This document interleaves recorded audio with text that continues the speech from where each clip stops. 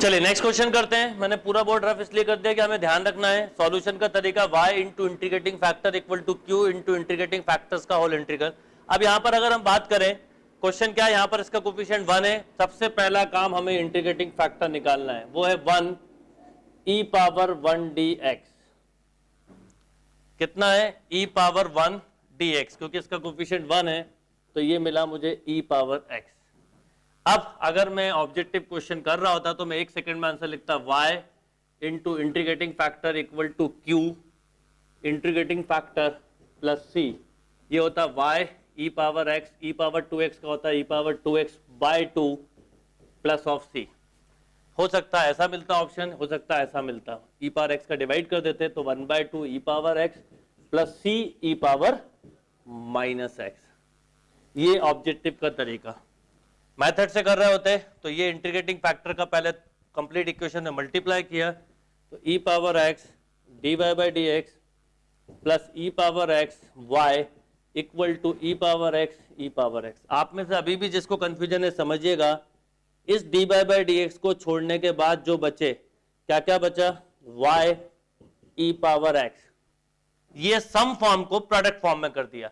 अगर मैं आपसे बोलूं इसको आप डिफरेंशिएट करो तो आप यही की यही रिजल्ट लिखोगे, equal to e power 2x। अब ये फर्स्ट डेरिवेटिव है, इसका हम एंटी डेरिवेटिव, इंटीग्रल क्या होता है? Anti derivative. इसका एंटी डेरिवेटिव लें तो फर्स्ट डेरिवेटिव खत्म हो जाएगा। तो आप क्या लिखते हैं? D y e power x equal to e power 2x dx। ये इंटीग्रेशन बोथ साइड किया, d से इंटीग्रेशन साइन कैंसिल हुआ तो हमें मिला y e power x equal to, इसका इंटीग्रेशन किया तो e power 2x by 2 plus of c। या तो यही आंसर छोड़ दें या e पावर x का डिवाइड कर दें तो 1 by 2 e power x plus c e power minus x। ये हुआ मेथड, ये हुआ शॉर्टकट। नोट करिए दोनों। Next question dy by d x plus 2y equal to sine x। यदि मैं सिंगल स्टेप में करूं तो बस मुझे इंटीग्रेटिंग फैक्टर निकालना है, वो होगा e power coefficient of y। याद रखिएगा इंडिपेंडेंट वेरिएबल, तो e पावर 2x। इसका मतलब अगर मैं सॉल्यूशन लिखूं तो मैं लिखूंगा y e power 2x equal to e power 2x sine x dx plus c। अब यहां पर एक अपन ने इंटीग्रल में फॉर्मूला पढ़ा हुआ है, e power ax sine bx plus c का इंटीग्रेशन, जो कि इक्वल टू होता है e power ax upon a square plus b square a sine bx plus c minus b cos bx plus c। आप ये फॉर्मूला यूज कर सकते हैं। तो अगर मैं ये फॉर्मूला यूज करूं तो मुझे इसका आंसर मिलेगा y e power 2x equal to e power 2x upon 2 का square 4 plus 1 5 into 2 sine x minus cos x। ये क्वेश्चन कंप्लीट। मेथड से कर रहे होते तो आपको तरीका पता है, आप पहला तो वही इंटीग्रेटिंग फैक्टर तो वही निकलता, मल्टीप्लाई करते e power 2x dy by d x plus e power 2x 2 time y equal to e power 2x sine x। क्या होता? dy बाई डी एक्स को छोड़ के आपको मिलता y e power 2x equal to e power 2x sine x। अब क्या होता? इसका इंटीग्रल करते तो y e power 2x equal to e power 2x sine x dx। अब इसके बाद कैसे करना है वो आपको वो मैं बता ही चुका हूं। यहां तक सब्जेक्टिव एग्जाम में ये स्टेप तक लिखना जरूरी है। कॉम्पिटिटिव में आप डायरेक्ट लिखा करें y into integrating factor equal to q into integral factor plus of c। चलिए नेक्स्ट क्वेश्चन है मेरा। अब मेथड मैंने आपको समझा दिया, अपन अब डायरेक्ट करेंगे। क्या है question? cos x dy by d x plus y equal to sine x। क्या करेंगे? सिंपल, सबसे पहले cos x का डिवाइड करना जरूरी है। dy बाई डी एक्स का कोफिशिएंट 1 बनाना नेसेसरी कंडीशन है। तो ये हुआ dy by d x plus y sec x equal to sine upon cos tan x हो गया। अब मैं आपसे बोलूं कि इसका इंटीग्रेटिंग फैक्टर क्या, आप बोलोगे e power sec x। Yes और नो? जिसका इंटीग्रेशन होता है e power log of sec x plus tan x। Means ई की पावर बेस सेम है तो ये मिलेगा integrating factor sec x plus tan x.